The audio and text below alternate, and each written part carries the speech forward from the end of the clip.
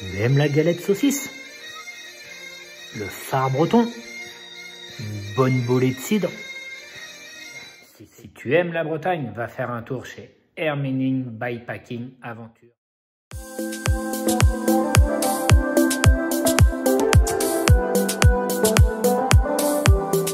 Pour ma part, j'ai découvert ce week-end en compagnie de ma chérie la GTB Series Naoned.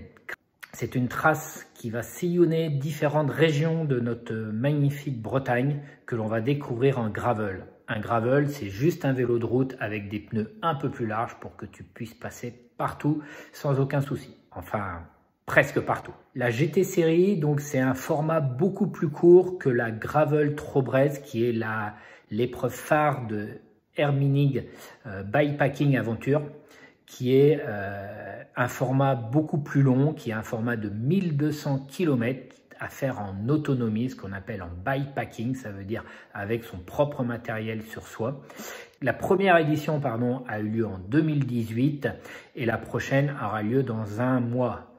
Peut-être que je serai au départ, ça, on verra bien. Donc en tout cas, ce week-end, j'ai pris le départ de la GTB Naoned avec madame qui faisait son baptême sur une telle distance. Également, moi aussi, j'avais jamais fait de 350 km en gravel. Donc vous l'avez, voilà, je viens de vous l'annoncer. La GTB Series, c'était exactement 330 km de programmé avec un peu moins de 2000 mètres de dénivelé. C'est cela même. Donc c'est ce que j'avais vendu à madame avec un parcours assez roulant et peu de dénivelé. Oups, j'ai bien failli la perdre. Donc nous sommes partis samedi matin de Blain, au nord de Nantes, au Monkey Bar. Lieu un petit peu atypique au bord du canal. Donc allez découvrir Edwidge qui vous accueillera les bras ouverts, ainsi que Ludo pour les cycles riflets. C'est vraiment un lieu à aller découvrir. Donc nous sommes partis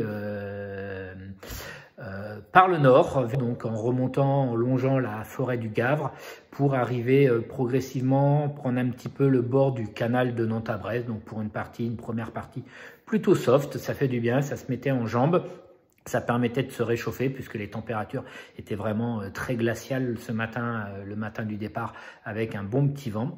Puis finalement, nous sommes arrivés sur Redon pour suivre une bonne partie de la Vilaine jusqu'à son embouchure. Donc on est passé d'abord par la Roche-Bernard avec le barrage d'Arzal, toujours un petit point vraiment très sympa à visiter.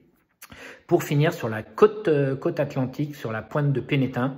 Donc on a vu la mer par Pénétin, ce qui nous a permis d'avoir de jolis points de vue. Puis nous sommes re-rentrés tranquillement dans les terres pour repasser un petit peu dans la Brière, pour surtout arriver dans les marais. Et là, dans les marais, nous avons traversé les marais de Guérande avec un coucher de soleil, un passage fort en émotion, juste magnifique. Pour finir cette première journée par la Côte Sauvage, on s'en est arrivé à Bas-sur-Mer.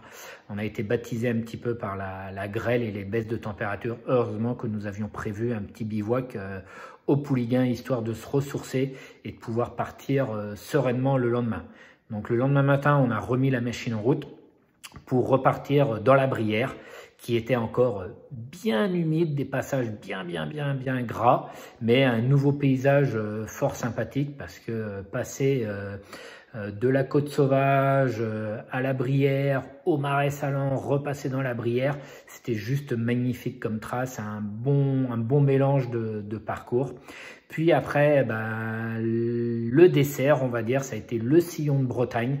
Donc là, le sillon de Bretagne, des beaux passages techniques, de la montée, de la descente. C'est du gravel, donc faut s'y attendre un petit peu.